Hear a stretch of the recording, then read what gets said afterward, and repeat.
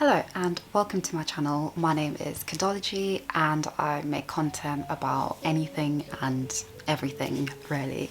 But today I'm going to be actually talking about Nikki Phillippi and her content. I think her behaviour and what she has done in terms of basically murdering her dog is very predictable based on her behaviour, based on sort of the kind of person that she is. And as somebody who's been watching her content for, I'd say, about a year now, I can definitely understand why this has happened based on what she has presented of herself, at least on the internet. Just a disclaimer that I'm going to be talking about adoption, about fostering, and about things that regrettably are inevitably involved in that, such as the exploitation of children and just how that sort of interplays into this whole scenario. I think it is very important to preface what I'm about to talk about with my understanding of who Nikki Phillippi is. Nikki Phillippi is, in short, a contemporary Christian woman living in a modern society that she sees as embodying a culture that is completely anti-biblical narrative, biblical scripture, particularly very anti-procreating and being fruitful. Because Nikki sees this world as ultimately not being a world for her, not being a world in which she can be at home in, and that she is sort of made to endure, she has decided over the years to take herself away from that.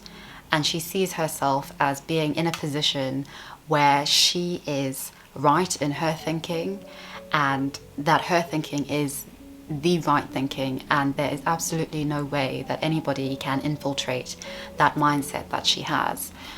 The mindset which she has is, I feel, it's very similar to how conspiracy theorists think about the world, and how it is impossible to argue against a conspiracy theorist because you just end up contradicting yourself, or you end up sort of in a rut where you can't disprove what they're saying about sort of the Illuminati, what have you. And Nikki is very effective and very good at doing this. And she is effective at this because she stands by, I think you can summarize it into 3 tenets. The first point is that the modern world is corrupt. The modern world is not a world that promotes godliness and promotes the Christian life. Secondly, it is not a world that promotes women procreating and creating families. And thirdly, having this view justifies her breaking herself away from the criticism of the world, completely relinquishes her from having to engage with it. And it's not just that.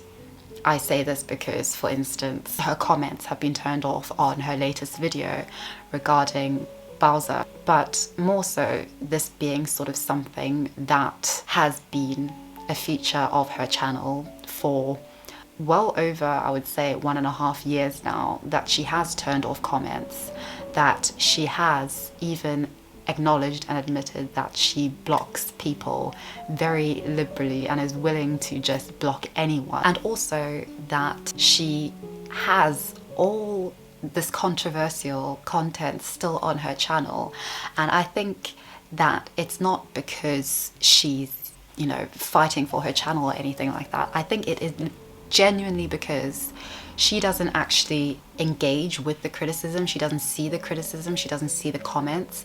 So she isn't actually engaging with her audience in any meaningful way that any typical creator on YouTube would engage with their audience. Nikki can exempt herself from the internet while simultaneously making money on the internet and making money from having an audience, from having a following, but she doesn't have to engage with them. Even if she contradicts herself, even if she completely goes against something that she stood for only a few months prior, that makes perfect sense to her why she is there. And she often uses, I think, lots of things such as just babbling on, talking way too much, deflecting, and always deflecting blame. Blame is always deflected with Nikki. She's never to blame for anything.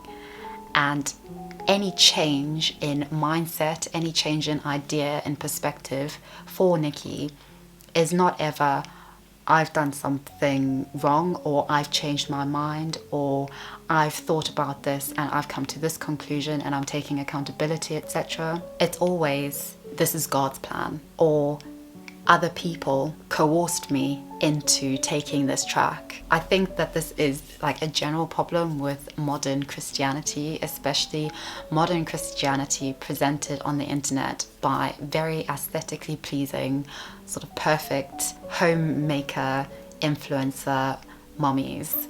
I feel bad sort of stereotyping them, but I think there is definitely something to be said about the similarities between the likes of Nikki Phillippi, Myka Stauffer, Girl Defined, all have that notion that they are doing good and that they are on this sort of crusade against a very corrupt, individualistic, selfish, and inauthentic, superficial world.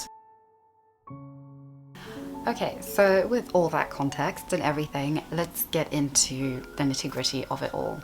And I want to use the example of something that featured quite heavily on her channel. She has a playlist titled Adoption, and it features 17 videos, I kid you not, 17 videos about this entire adoption saga. So on April 6th of 2018, Nikki and her husband Dan uploaded a video to her YouTube channel titled We're Going to Be Parents. I think this video is very interesting because it sort of follows the same track record of Myka Stauffer, in that Nikki was induced to potentially think of adopting because she had been scrolling through Instagram and she'd seen this influencer on Instagram called Elsie Larson, who I believe she is or was Instagram famous. She had a blog, and her husband adopted a child from China and sort of just documented it via Instagram and on the blog, and just sort of a typical sort of presentation of a very aesthetically pleasing, life, and just everything is just beautiful and immaculate, and the photos are just like so perfect, and their child from China is obviously not just Chinese but also has albinism or is albino, and the cinematography of their life is just on another level. Nikki was scrolling through Elsie's Instagram and she immediately, in her own words, said and thought, I want to have a baby and I want a baby now. I am not pregnant. We are actually going to be adopting internationally, and it's kind of crazy. Now, to kind of explain to you where we're at now is I literally was like scrolling on Instagram one day. I don't know if you guys know who Elsie Larson is. I think her handle, it might just be Elsie Larson. I think she had a blog called A Beautiful Mess, but she just adopted internationally from China. And I was scrolling through her page and all of a sudden it was like someone reached in my brain, flipped a switch, and I was like, I want a kid. And I want a kid now. Which the ironic part about it is I will not have a kid now because international adoption takes time. Now granted. Yeah, so it's like we've been married for 10 years and it's time to become parents, but we have to start this process now because it's not, hey, let's go and 9 months from now we'll have a baby. It's 3 years. Pretty much. But basically, I think what it all came down to was that Nikki suffered from a young age from chronic pain. She's had I think, knee surgery, she's had hip surgery, she's had all manner of surgeries to do with her joints and her bones, and suffering from chronic pain, which has really featured in her life. And I get the impression, and from what she has said more consistently, is that she didn't want to have sort of biological children because she suffers from chronic pain. She didn't think that her body could take it, and she didn't want to put her body through that, which is completely understandable. Her husband, Dan, on the other hand, he always wanted to be a young dad, and he always wanted to have children, biological children. And so their pairing was very interesting in that regard. They got married very young, I think when they were like 20. They've been married for well over a decade now. So where we're sitting at in this video is that this announcement has been made that Nikki wants to have a child. She wants to adopt. The impression that I got when I first watched this was that, oh, they want to adopt from China because Elsie Larson has, and because Nikki's brother's from China. But it actually, in the next few videos, sort of transpired that in fact they wanted to adopt from Thailand, specifically from Thailand. So a very generic timeline of the adoption fostering saga I will now put on screen over here. With all adoption, especially international adoption, a country that is permitting this is going to inevitably want to know everything about you, everything about what you have done in your past to what you are planning on doing the next day. They want to know everything, and they have an absolute right to that, especially when it comes to international adoption. At the time, in 2018, Thailand actually has quite rigid protections surrounding children who are going to be adopted. For instance, if a child is approved international adoption and is allowed to be adopted, they are not officially adopted by said international family until they've lived with that family for a year. It's quite interesting looking at international adoption, where people adopt their children from. China has been it's easy to do so, especially if you are from the US, and even from the UK, and also from particular African countries. I think mainly in Central and Eastern African countries, it's pretty easy.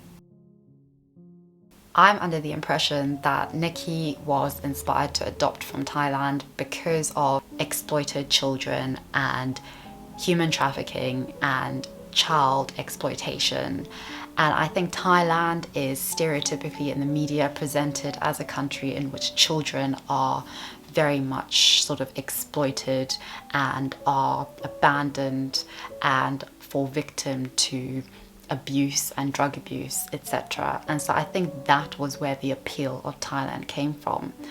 And this trend seems to lie in a lot of her thinking about not just international adoption, but later on domestic adoption, especially this idea which she had at the time. I'm not sure if she still holds this view, but that there was not just an opioid crisis in the US and this sort of opioid epidemic, in which she says this a lot, that she was under the impression that due to the opioid crisis in the US, but I would also say in her perspective globally, or a crisis of children in human trafficking, that there were an abundance of babies, not children, but babies, like newborn babies, infants aged 0 years to 1, maximum of 2 years old. And she felt this calling to save them, basically, from the fact that they were sort of being born into this world, that they'd either been abandoned by parents who were abusing drugs or had died. And she was very, very convinced by this. She talks about this quite strongly in several of her videos. So we were having this conversation today about overpopulation on the planet, And the fact that like that's a thing, that's a problem, and you know, there's so many kids that don't have moms and dads, and it's just like, if I don't feel the desire to get pregnant, like, but I want to take care of a kid, like, why do I feel the pressure? I don't need to have a kid biologically. And yeah, I feel like I'm just talking nonsense. It sort of very much comes across as this typical savior complex, which she has. In her, she perceives it as being something that God has really placed in her and sort of given life to. And that's how she sort of describes everything. And I do believe that she believes this of herself. A second law in Thailand surrounding adoption is about the exposure of children on the internet and children being put on the internet. And I do believe that this derives from, obviously, child content and child exploitation and trafficking. And so Thailand does have very strict laws on this. With that all in context, the problem with Nikki deciding that she wanted to save a Thai baby from a life of human trafficking, a life of substance abuse, a life of poverty, cannot necessarily be reconciled with everything else that Nikki was at the time and is. Nikki is a social media influencer. Nikki makes her money and has her business on the internet.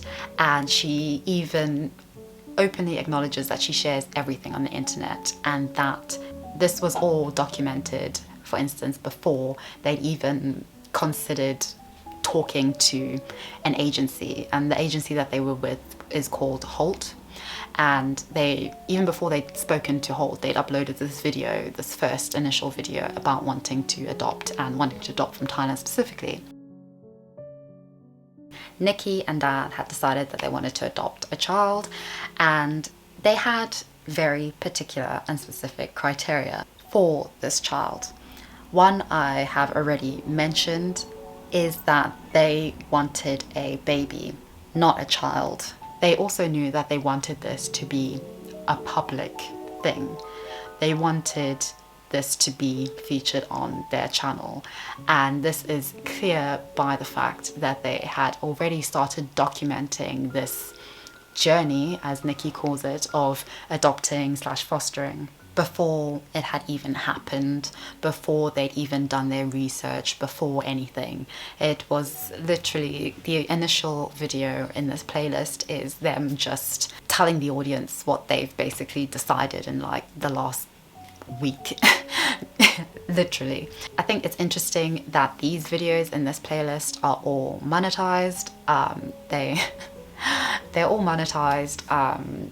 They are and have been making money off them, and so I mean it's natural to assume that obviously any content involving the child would be monetized and they'd make money from it. And I do definitely think that there are so many like bells ringing here of like the Myka Stauffer all around. It's like parallel universe. It's just so weird. But anyway, now something very interesting in this playlist, which sort of features in this very recent occurrence of them putting down their beloved family dog, is that there is always with Nikki a sort of an idea and a seeming climax within that idea, always to sort of be met with something like disappointing news or something disappointing or something seemingly unexpected. And it's always a disappointment, not because of Nikki herself or Dan himself, but because of extenuating and situational circumstance, because of everything going on around them, and because of people's reactions and responses to them. It's never about them. They're never the source of the problem. They're victims of a broader problem primarily of modern society and the constraints that the modern world is placing on them being able to do their Christianly deeds. A phrase that sums them up quite well with regards to this is that malicious actions do not necessarily derive from malicious intentions. I think that they do not intend to be malicious. I don't think that's where they start off from. I think they start off from a very particular, dogmatic and self-righteous and sanctimonious position. In their minds, that completely determines and justifies their actions because they don't necessarily see a difference between them. Whereas their actions are very malicious and their actions are very suspect. But they can't see it because their actions, in their minds at least, derive from a very good place. So therefore their actions have to be good, if that makes sense. And it's so intriguing seeing the similarities between the video of them announcing that they're no longer adopting from Thailand and the video now of them announcing that they've put down their dog. Basically, you can see those same trends that I said. Firstly, this just was not the plan that God had for them. Immediately deflecting blame so that you can't blame them for anything because this is just how God works. Nikki always talks about how she's sort of accepting that she has no control over things.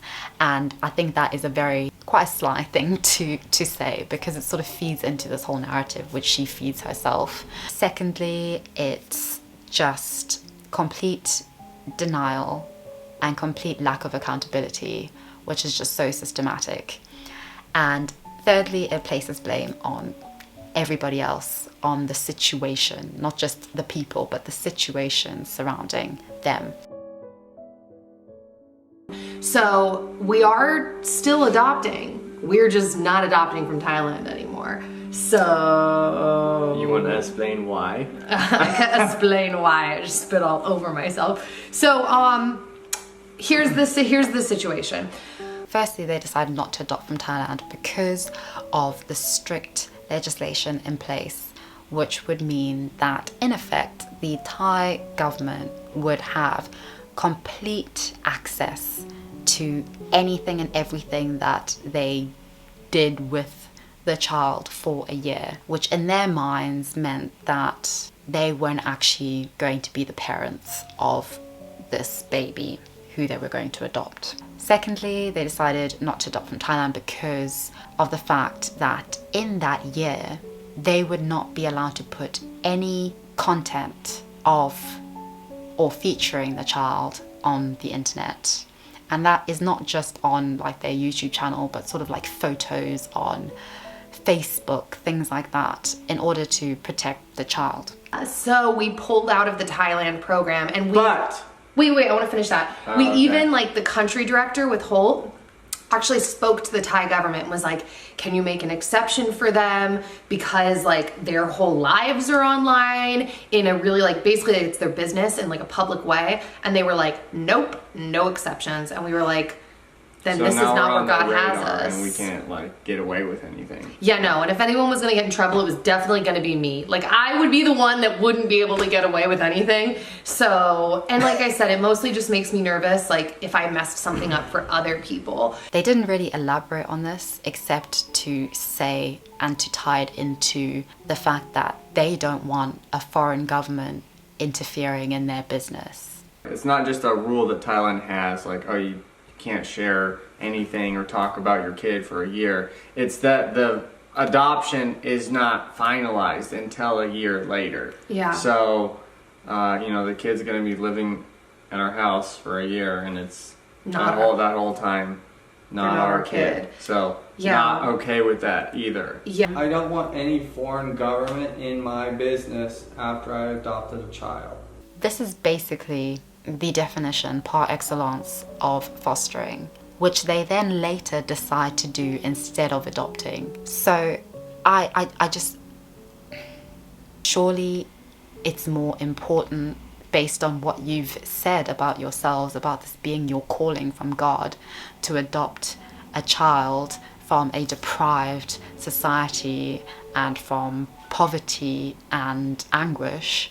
In the Thailand video, saying that they're not going to adopt from Thailand anymore. They actually say at some point that it is a good thing that they're not in fact going to adopt from Thailand, that there's been a country change, because this would have ultimately had to happen further down the line once they'd gotten further into the process. So they've in fact done a good thing by not pursuing this route anymore. It's like fortuitous, which I can understand from the perspective of, I don't know, deciding to take the later train even though it may take longer to get to your destination because the earlier train may be subject to delays due to it going on a different track, which is known for, I don't know, trees falling on the track. I don't know, something like that. I think that argument can apply to certain things, but doesn't necessarily apply as effectively or as convincingly to adopting a child from another continent and another country. So once their representative at Holt had contacted the Thai government, I think directly, and had tried to make an exception for them because obviously they are social media influencers and what have you, and the Thai government had said no exceptions whatsoever. The agency then suggested other countries to them, and I kid you not, in their own words, at least in the husband Dan's own words, he said that when the agency said Korea, something he doesn't know what just lit up for him, and you know, he doesn't know why, but Korea just, it sounded good. So that was how they based their decision. Then instantaneously after they decided, okay, Thailand's not an option for us, next country, they decided to then just adopt from Korea, and they announced it in this video. And so we're like, well, what do you recommend? And they start talking about other countries, and then they mentioned Korea. So Dan's face lit up when they mentioned Korea. He's all, yeah. Well, yeah. Go ahead. No, I was gonna say, there were other countries, but Korea excited me the most. Yeah. For whatever reason. It just hit you for some reason.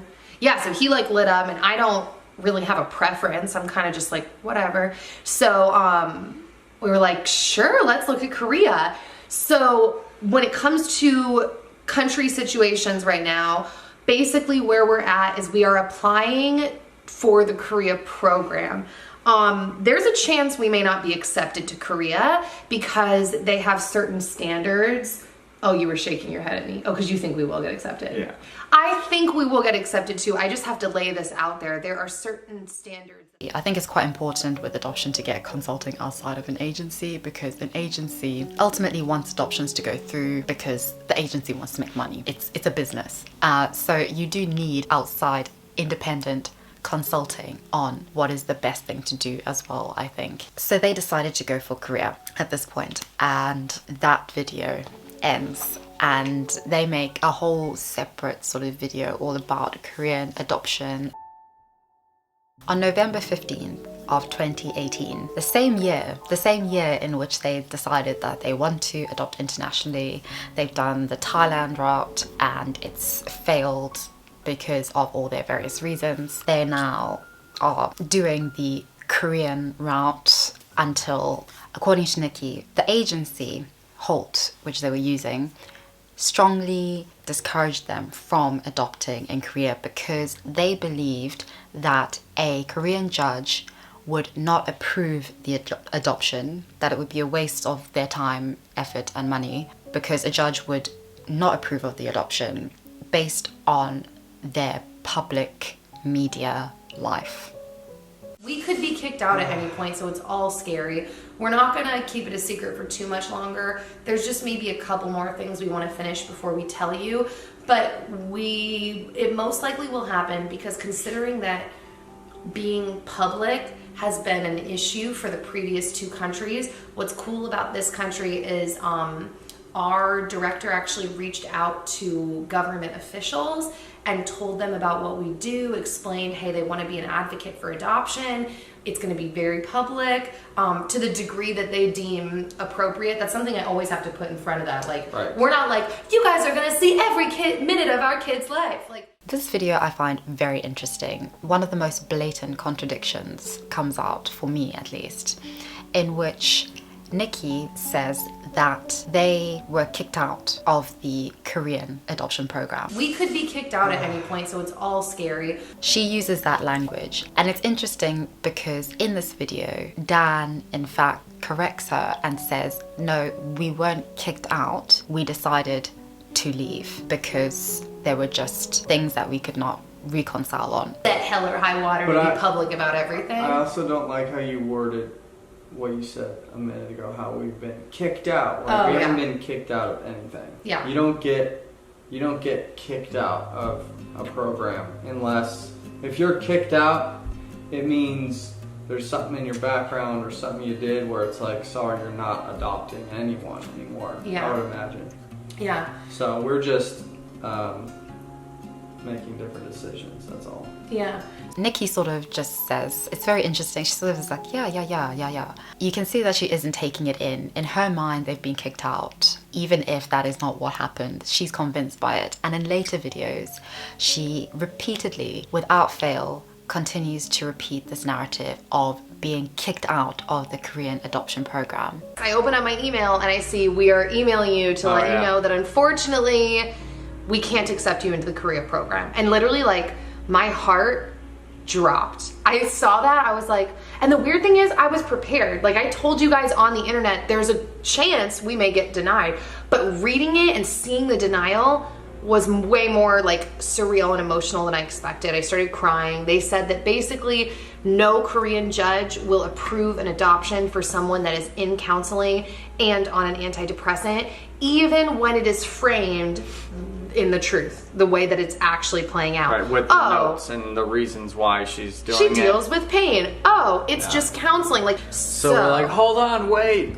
She's not taking that pill anymore. So what if she's just in counseling? And they're like, okay, we're gonna go back and ask. We think this is gonna be okay because there have been adoptions before. Obviously, that seeing a counselor is okay. It's still up in the air. Yeah, it's up in the air. Why are you seeing that counselor? What's going on with your personal state or family dynamic? Why are you seeing them? What they said is it's still a risk, but that they're willing to accept us into the Korea program because it's much more likely that the adoption will be approved than before when I was on the pill. We are still not officially accepted. They said they are going to look at the risk that that is ahead of us, and then they'll help us decide if it's worth going forward, because we don't want to go forward, pay all this money and fees, and then have if they're telling us out. it's like a 70% chance they're gonna say no, but they might say yes, and I'm gonna be like, we're gonna change country programs then, because to wait 70%? a year, they're like, it's not likely, but we've seen it happen. I'm gonna be like, I'm probably not gonna wait here for a year to just get declined and then apply to a whole nother country program. So we don't really know basic things. But there are so many things that come into play, and they change country by country because every country has different standards and things that they're okay with and things that they're not okay with. For example, when we left the Korea program, which I realized I never clarified to you guys, we were not actually kicked out of the Korea program by the country of Korea. We were told by our adoption agency that no Korean judge would approve an adoption to us because of two reasons. A, the SSRI that I was on, and B, because of our public advocacy of adoption. And both of those things are kind of strange to me, and you just kind of like, you take their word at it. I don't know how much of that is like accurate, but those were the reasons that were given to us on two separate times, because we were kicked out the first time and then brought back in when I came off my SSRI. And then we were kicked out again because they said, hey, we don't believe that any judge is going to approve your adoption with you being so public about all of this. It gets better though. not just because of their public social media life, but because of their public media life, which in Nikki's word is a place where they are advocates for adoption. A quick intermission, but a very important one. Let's remember that God called them to adopt. God called them to adopt, meaning and implying, to me at least, that anything that stands in the way of that should be put aside, including the likes of social media, including the likes of having a public career and job. Nikki always uses the excuse of something being God's will. She also uses the excuse in regards to Bowser and having to put down Bowser. The idea that it was, in a way, God's will because their lives were going in a different direction, they were about to move, and so it was actually fortuitous that they had to put down their dog. It's interesting how that language is always used, and again, it emphasizes the point that I made about everything ultimately going back to God, and God being a justification for their actions, and also relinquishing any blame placed on them, deflecting blame because God.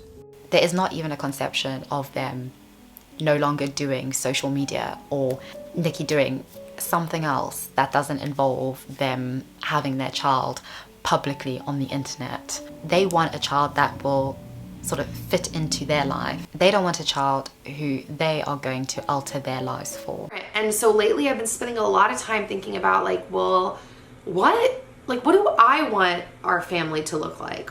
What do we want our family to look like? I feel bad. I always am like, it's not just me, it's us. But what do I want? And I think I've been coming to this realization lately that yes, I don't have to slow down my life right now or what I'm doing right now just because I'm I'm going to be a mom, because I don't know God's timing. I don't know when that's going to be. And B, some of these things that maybe in the back of my head, I felt like I had to stop or slow down. I'm kind of realizing no, I don't. I can be whatever kind of mom that I want to be, that we can have whatever kind of family we want to have. I guess to make that more specific. They were not willing to alter their lives for their dog. Their dog had to sacrifice his life for the world which they've created for themselves. This just falls into the whole thing of just turning something completely on its head, in which now it's not their fault. Similarly to how it was not their fault that they had to put down their dog. It was the dog's fault. It's not their fault that they are no longer adopting from Korea. It's the fault of Korea because a judge is not going to let them, the good, kind, righteous people that they are, adopt a child because they are on social media promoting international adoption.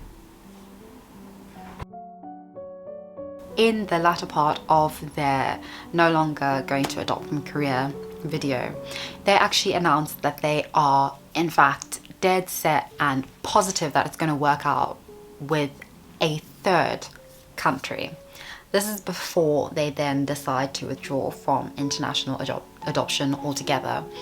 But they don't name this country, I think because they were still talking to a program. Should we tell them about the new program we're venturing into or no? Mm-mm. Not tell them yet? Mm-mm. Okay, so cliffhanger, yeah. We're finishing up our home study right now. But we're pretty sure this one's locked down. Mm-hmm. It wasn't because of all the things that we know now, this next program is, everything's looking good, so. Yeah, well. In a later video on her podcast, where she spoke about babies and having biological babies, she actually said that when she was starting to go through this whole adoption process, she in fact met with her friend, Myka Stauffer, who had come to Nashville, and that they had lunch together and that they spoke all about sort of adoption and everything, because Myka was either going through adoption or had already adopted, well, no longer her son, but her son then, and been supported by Myka during all of this. So I am under the impression that a consequence of that support was probably sort of China, or getting advice from Myka about the best potential countries. And so yes. Ultimately, in short, Nikki and Dan wanted to adopt because of this notion of this epidemic in the world. Primarily the opioid epidemic in the United States, allegedly, in which legalized opioids were being misused, and that this was resulting in this huge proliferation of babies just not having parents, being taken away from their drug addict parents, and that they wanted to ultimately help children, but that they realized that actually this goes way further than just the US, that there are children in the world who are in greater need, and it would be even a privilege for these children to come to the United States and have a better prospects in life, which they do actually say quite explicitly in a video. However, they also were thinking about things such as overpopulation, and that overpopulation in the world, also in the United States, and that there was more supply of children and of babies than there was demand, and that they were ultimately going to document them adopting a child, initially internationally, but now in fact domestically, that they were going to make it public in order to try and balance out the supply and demand. Yeah, a lot of people are asking, like, well, don't you want to have your own kids? And, you know, a lot of people are asking that.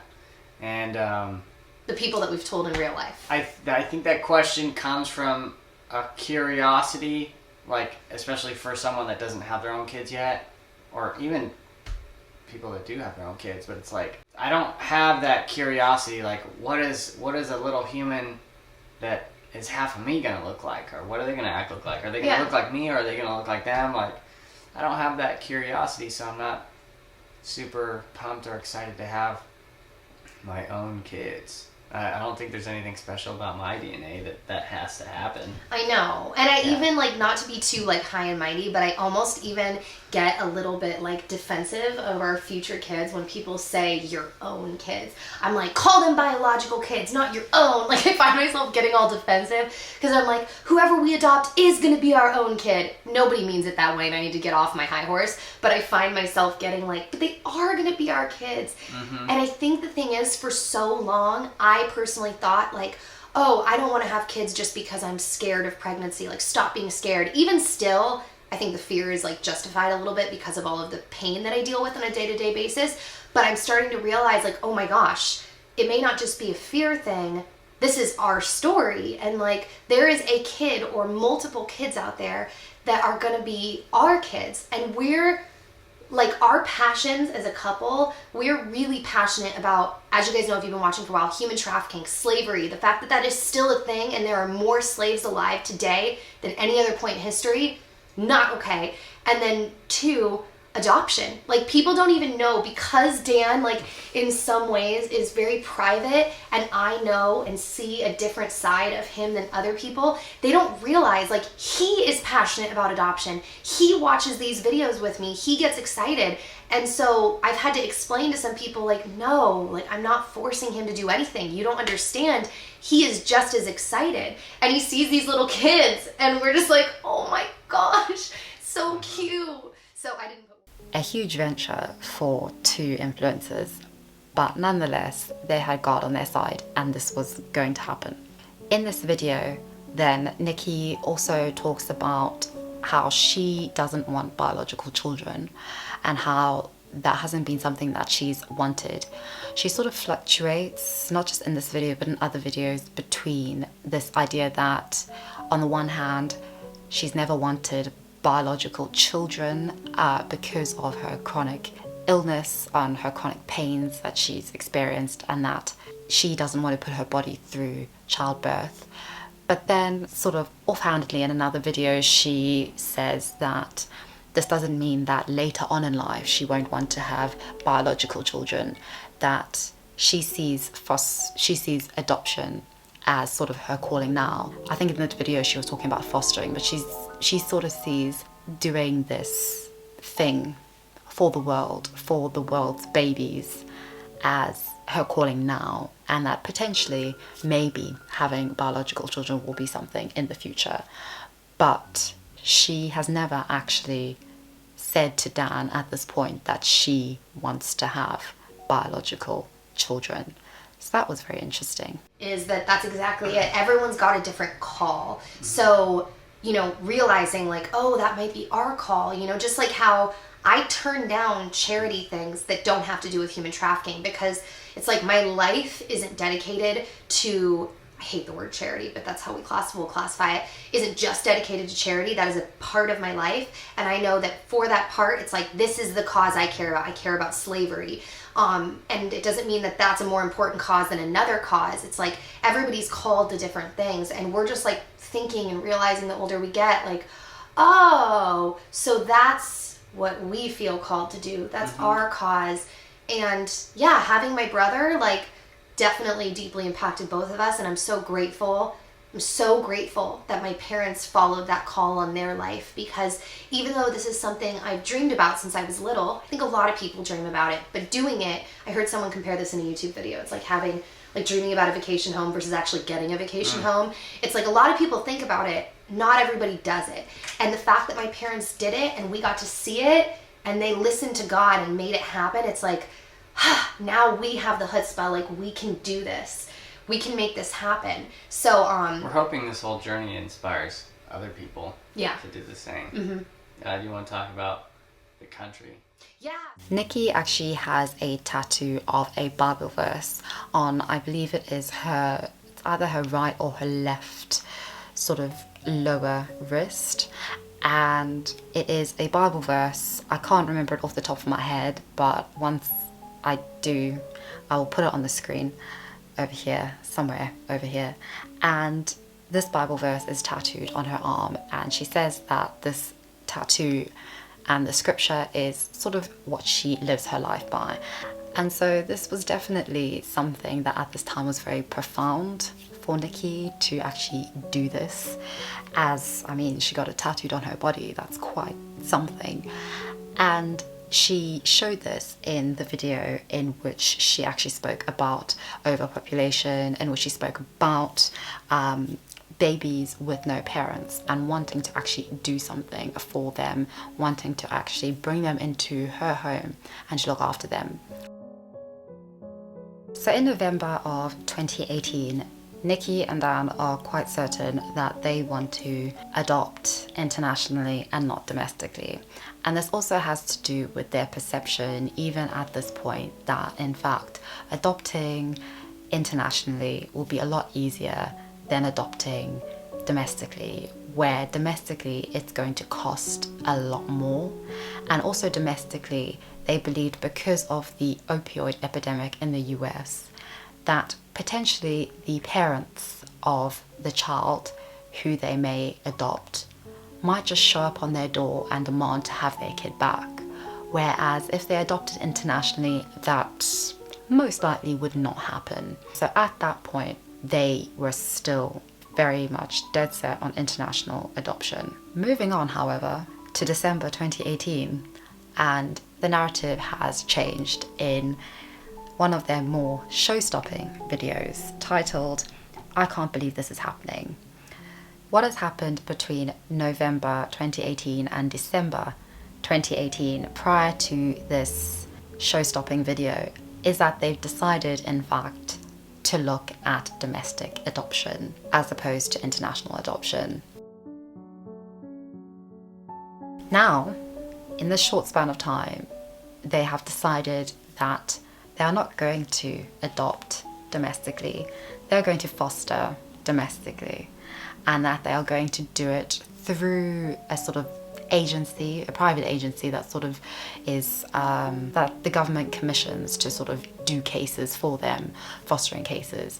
And they decided to do it through a Christian agency called Path, Parents as Tender Healers. And this agency is like for Christian individuals who want to take, I think it's 6 classes. They're about four or so hours long, 6 classes, and you get a certificate afterwards. And this is an important qualification and certificate that you have to have in order to sort of be verified as knowing what fostering is about, knowing about sort of the ethnic and racial dynamics, potentially the different expectations of different states and even counties, the trauma that children in foster care have experienced, what the foster care system is like, and sort of what you're getting yourself into. So the reason why they didn't want to do domestic adoption was because they discovered that the cost of it was going to be incredibly more than even what they thought international adoption was going to be. That it could be somewhere between 10k and 60k, and that just was a lot of money, especially when it came down to, in their minds, potentially a parent suffering from an opioid addiction or a drug addiction coming and wanting their baby back. So that was where their mind was at that point. And so fostering and foster care seemed like a better option for them and for sort of re-establishing their objectives in doing this.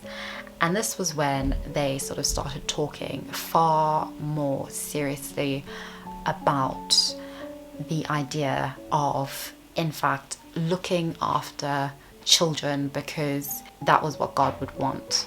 So they decided all of this in December of 2019, and they were quite certain that they were going to be able to finish their classes and get their certification for foster care through this Christian agency Path by January of 2019. Nikki even says that she would not be surprised, I think, or was fairly certain or fairly sure that they could potentially be fostering a child or children by April of 2019. They were that sort of set on this, even though a month before they wanted to adopt domestically, and a few months before that, it's just the changing of mindset, and in their minds it's totally justified because their intentions are good and pure, and this is just God. What I found in my research was that every single state has the objective in foster caring of reunification. That is, in reuniting children with their biological parents. Because the vast majority of people, of children in foster care, are not there because they've been abandoned by their parents, but they are there because of extenuating circumstances that have nothing to do with the parent saying, I don't want my child, but because of a variety of reasons, not just drug addiction or drug abuse. Additionally, in the foster care system, it's very interesting looking at the statistics, which they could have looked at if I could find them, and I have no vested interest in this. I don't understand why they couldn't find them. Looking at this website and looking at this sort of document that has been compiled at a government level and, broadly and very recently, it's titled Age Distribution of Children in Foster Care in the US and by State. This is all public knowledge, by the way, and can be found on the website Child Trends. So in Tennessee, 70% of cases, they want reunification. That is the goal. So that already strips the vast majority of children. Only 6% of children who are in the foster care system in Tennessee, who are in the system, are less than 1 year old. And so that's very interesting, especially when you consider this point, which is that Nikki and Dan wanted to adopt. that was taking too long and was too complex. So then they decided, after they had previously said that they would never foster, they decide to foster, and they decide that they want to foster babies. The implication of that, whether they acknowledge it or not, which at points they do acknowledge it slightly, the idea that they'll bring a child into their home, a foster baby, and that they'll keep that baby and adopt it in future. And I feel that this is just seen as the easier route to their objective and to what they want. Fostering is the easier way to getting the baby that they want, and simultaneously they're still doing their good deed, if that makes sense. And I'm like, wait, I thought there was like an orphan crisis in the world, and it's not very black and white, because is it just that there is an orphan crisis for kids above a certain age? Because I know there's not one place we're getting this information, but then I wish that was clarified to people, because I was always under the impression that there's just a wide crisis of, you know, kids that need parents, so orphans, or the foster care system that, like, of course, older kids, one could argue, are in more need of a home. But I was under the impression that there were just as many babies because of the unfortunate opioid crisis in the nation. And this has such similarities to what they've literally just done with their dog, which is just the easiest thing to do, which is just to put down your dog rather than go through the whole palaver of rehoming your dog, of training your dog, everything. It's just so much easier to just put the dog down and then to move, because that's what they're doing, they're moving. And I feel that fostering was exactly the same thing. It was so much easier than going through domestic adoption and domestic agencies and the government agency, or going through international adoption and all the programs that they had to join. They were a part of 3 programs, 2 of which they were apparently kicked out of. Nikki keeps changing her mind on that. But it's just all of these, it was looking so complex and so difficult, and there was a lot that had to be done, that by April of 2019 they didn't have the baby which they were quite certain that they would potentially have then to foster. So I feel that this was just a way for them to try and easily get their children or child through fostering and through the foster care system without doing any of their research. The way that her and Dan talk about the criticism which they've gotten is incredibly dismissive, and it just emphasizes the point that I made previously about them, particularly Nikki at least, this is her channel, being in this mindset in which it's them against the world and that they've got God on their side. So, okay, here's the other thing. I'm getting real liberal with the block button. So I've decided that we want, thoughts. We are open to advice and different perspectives, but there are different ways to word things. And if someone says something in a way that I deem snotty or offensive, I am blocking people left, right, and center now. I wouldn't let you in my living room to say that to my face. You are out of here. I am realizing I need to protect myself more, and I don't have to tolerate meanness. So it's me hitting the ban button every single time I say it out loud. I'm like, and you're blocked. So you're out of here. But I want to create a certain energy and vibe on my channel. And in one of my So with the majority of children in Tennessee, but also just even looking at the United States in general, the objective is for them to be reunified with their biological families. The vast, vast majority of children in foster care are children and teenagers. They are not newborn babies, and they are not newborn babies looking to be adopted either.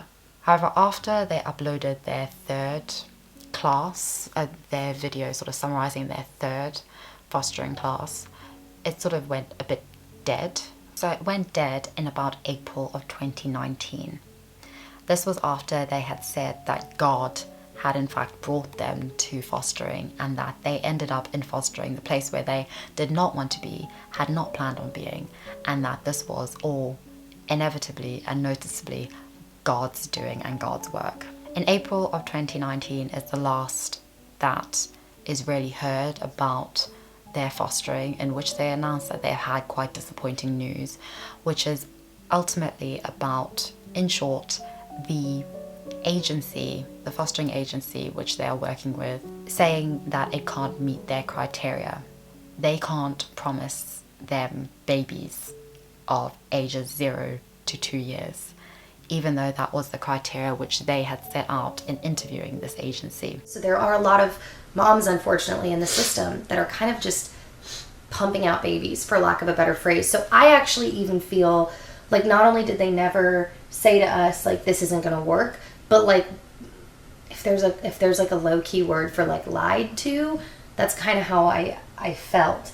And to finish back, or to loop back up to what he was saying, so they say to you, we have no need for you. And you're like, what do you mean? So I'm like, from the very beginning, we interviewed you guys and we told you what we were interested in, blah, blah, blah, everything she said. And she's like, yeah, I'm just really sorry. I'm like, well, I'm aware that you don't have any cases that meet our criteria right now, but we were expecting to wait on deck. Yeah, we were under the impression Months, it could be a 8 week, months, a 8 year. months, like you just wait. But we're here and we're ready.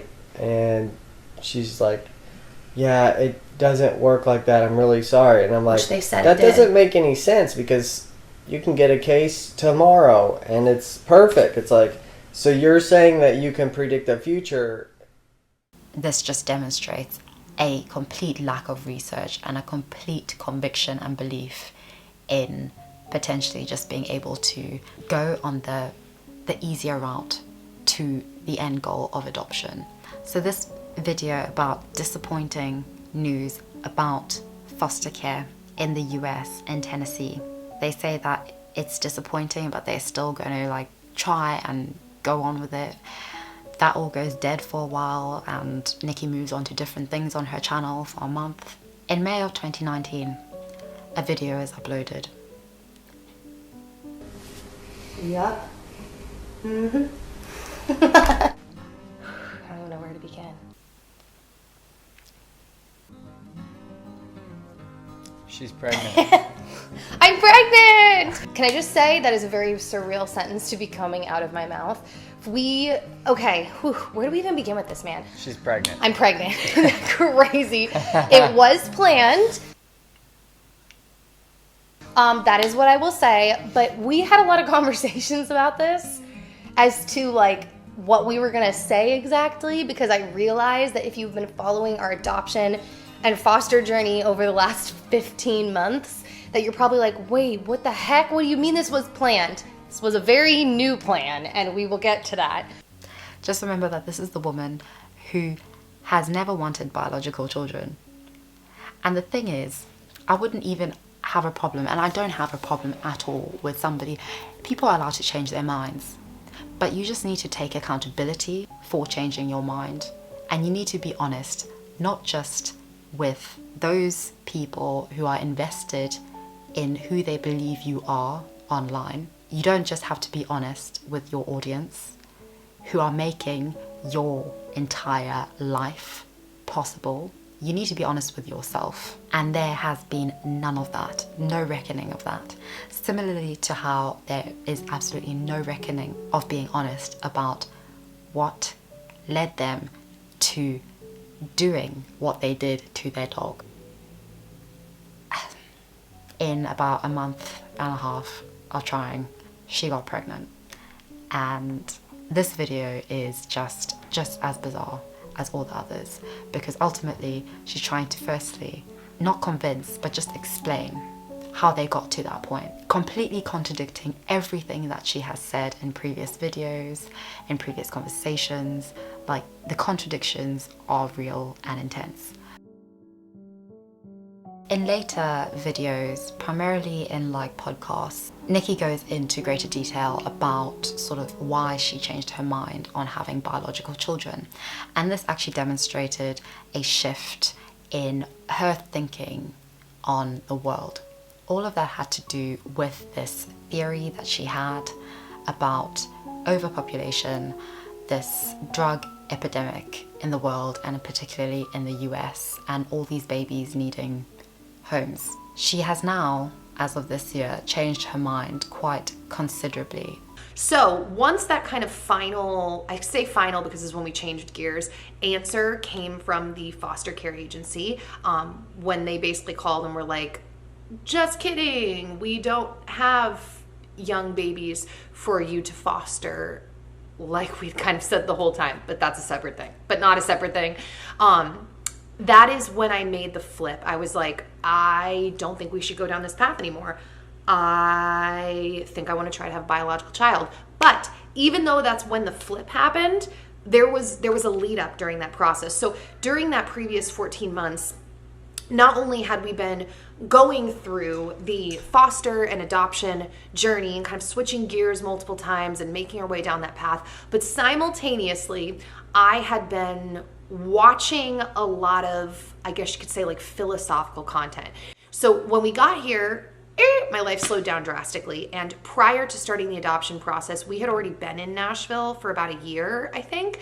And so I had already had the time to pursue these intellectual interests again for that previous year. And then when we started the process, I was still going down that path. And a lot of the videos and talks and things that I listen to and watch, which I feel like a lot of you are going to ask, and I can't really answer that for two reasons. A, the list is way too long. Like, I was going to say nuanced, but that's not the right word. It's way too long. I wouldn't even fully know how to backtrack the thousands of hours of stuff that I've watched and listened to.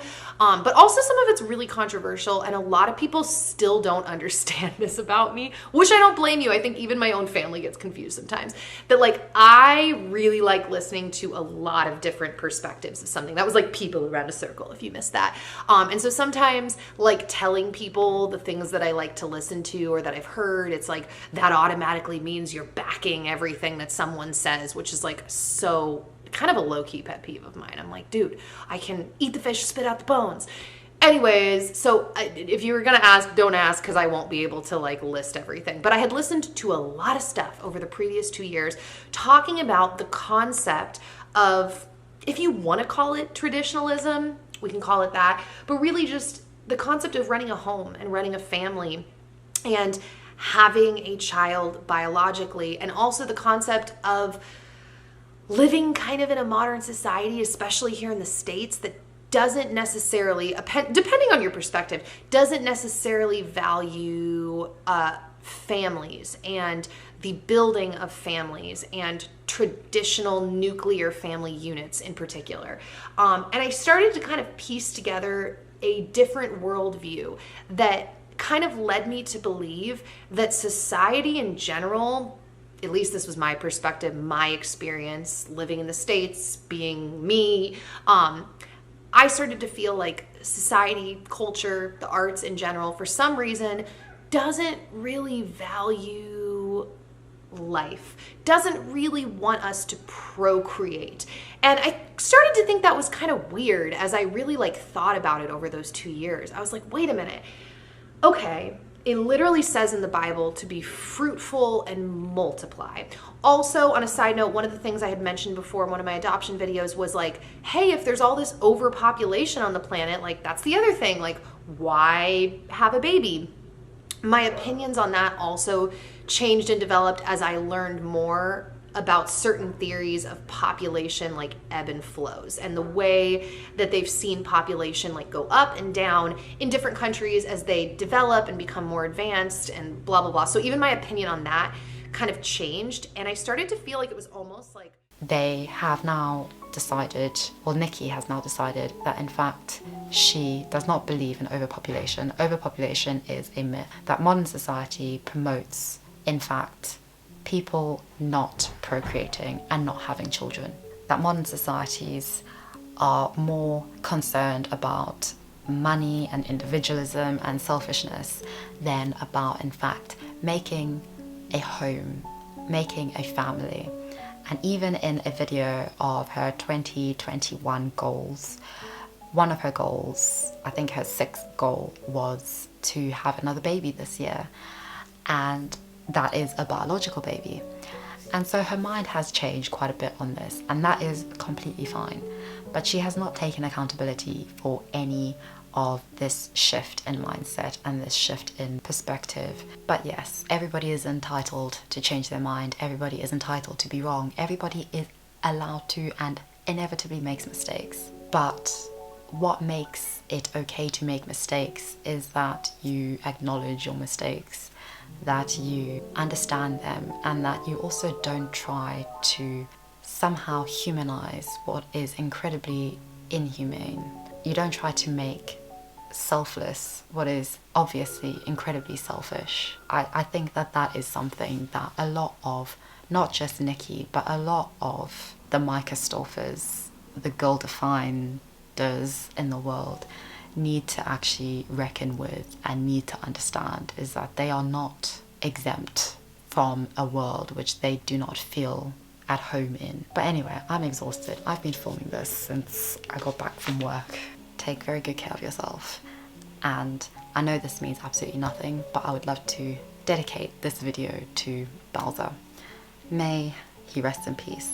He was a beautiful dog, very sweet, very, very lovely just to watch in the videos. And I actually, one thing I really enjoyed about making this was that I got to actually go back and watch a lot of Nikki Phillippi's content, and actually a lot of their content features Bowser just, you know, sleeping in the background, or just being cuddled by Dan on the couch, or just snoring in the background behind the camera. And it was just lovely to see. So this one's for you. Goodbye, and I'll see you in the next one.